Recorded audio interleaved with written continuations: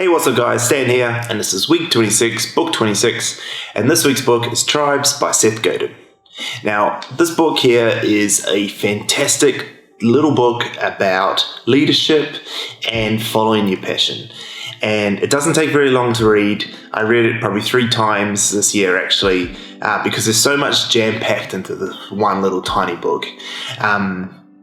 So my key takeaway from it was pretty easy, I suppose, because it's such a small book. It talks about one really important topic, and you really can't take more away from it than that. And that is that whatever you love doing, whatever your tribe is, I suppose, you can find it today. You can find others out there who love all the same things that you do, no matter what that is. It can be as obscure as liking the buttons off jeans from Calvin Klein, all the way through to being a wine expert. Anything that you have passion about, you can find a tribe of other people who like the same thing. And you can do that through the internet. The internet and all the apps and devices and everything that's connected into that world offer you at your fingertips the ability to find anyone who can be part of your tribe. Geography, cost, all that sort of stuff, all those barriers have disappeared now. You can find everyone that you want in the 7 billion plus people that are in the world. There's going to be a tribe of people just like you who like the same things you do, or at least like the one thing that you like. And what this book talks about is being the leader of that tribe. You know, if there are people out there who like what you like and have a passion about it, then you can find those people. And you can find them and you can lead them and you can get them to rally around a common goal. And I guess what I took out of that book is that there are things that I like in the world. There are things that I want to achieve. And I know that there are other people out there, people who watch these videos and people who follow me on Instagram or LinkedIn or whatever, that believe in the same thing. And I know that if I just keep doing that, keep putting my truth out into the world, that slowly and steadily I can help build that tribe around me of other people who enjoy and who have a passion about the same things that I do. And you know, I have a lot of passions, but one of my biggest passions is being able to do what I want, when I want, and helping as many other people do the same thing. You know, that's something that Claire and I will live by for the rest of our lives, I think.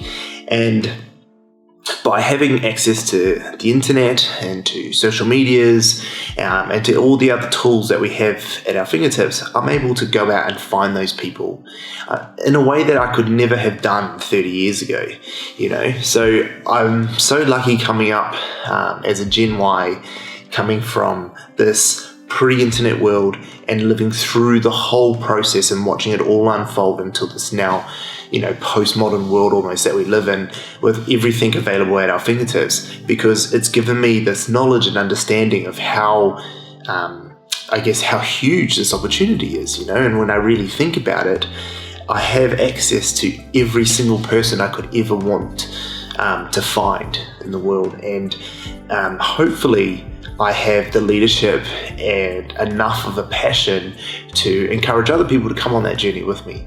And so that's my takeaway, is to be a good person, just be truthful about what I love and what I want to do in life, and put it out there in the world and try to find others who are just like me, who want to do the things that I want to do, and who want to share this message. And so that's what I'm doing. That's what these videos are about. That's why I started this all that time ago. This book really gave me that affirmation that this is the right way to do it. And just be patient. Be patient and start. Get out there, get it done, and eventually it'll happen. You know, and if it doesn't, then, well, at least I've followed my dreams. I've done what's made me happy, and at the end of the day, that's all that matters. If there's not as many people as I thought coming along for the ride, it's not a big deal. I'm not doing it for that. I'm not doing it for numbers. I'm not doing it to find 1 million people. I'm doing it to make myself happy, to make Claire happy, and if some people will come along for that ride, then great. So yeah, that's my key takeaway. Nice and short, not a huge one. I don't think it needs a lot of explanation, this book. If you haven't read a book in a long time, just read this one. It'll take you, I don't know, 2 hours, 3 hours, a couple train trips to work or whatever, a couple Sunday afternoons, and you'll have it done. It's not a hard book to read, get it. It obviously set me down a path of reading a whole bunch of Seth Godin books, which we'll get into shortly. But yeah, great book. it really changed. Well, no, it gave me the affirmation that what I'm doing is the right thing to do, and just to keep on speaking my truth and keep putting myself out there. So that's what I got to say. All right, well, next week it's week 27, and we've got Grit by Angela Duckworth. This book's obviously had a lot of great publicity about it, so we'll get into that next week. Otherwise, have a great one, guys. Catch you then. Cheers.